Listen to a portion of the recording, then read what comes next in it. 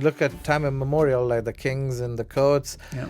The artists had patronage from these kings, and they had a way to make a living, unless... Do you know the reason for that? Mostly the reason for that was because they wanted to keep those artists art for themselves. close. You're right. Not just for themselves, but they didn't want... There was a way of having kind of those court gestures where they don't want... It's a bridge. They're bridging the gap. The same way I used to do a ton of corporate events, you're bridging this gaping chasm between, us and them. And I'm like, well, I'm really more of a us person. So to me, let's do that, because that can create a real rift. Look what's happening in our culture right now.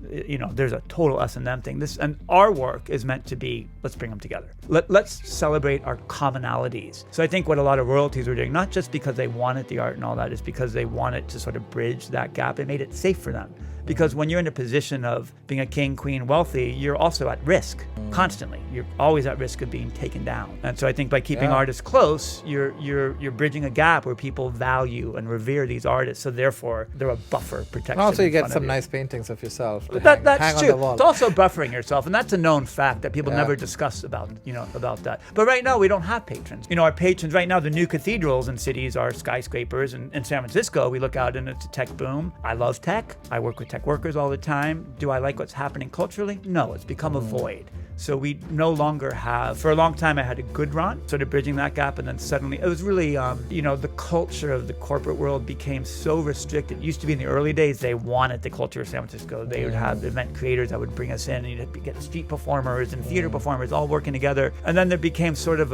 its own genre that we would start creating for events, using the technology and kind of trying to speak the language and bridging it, and it was fun.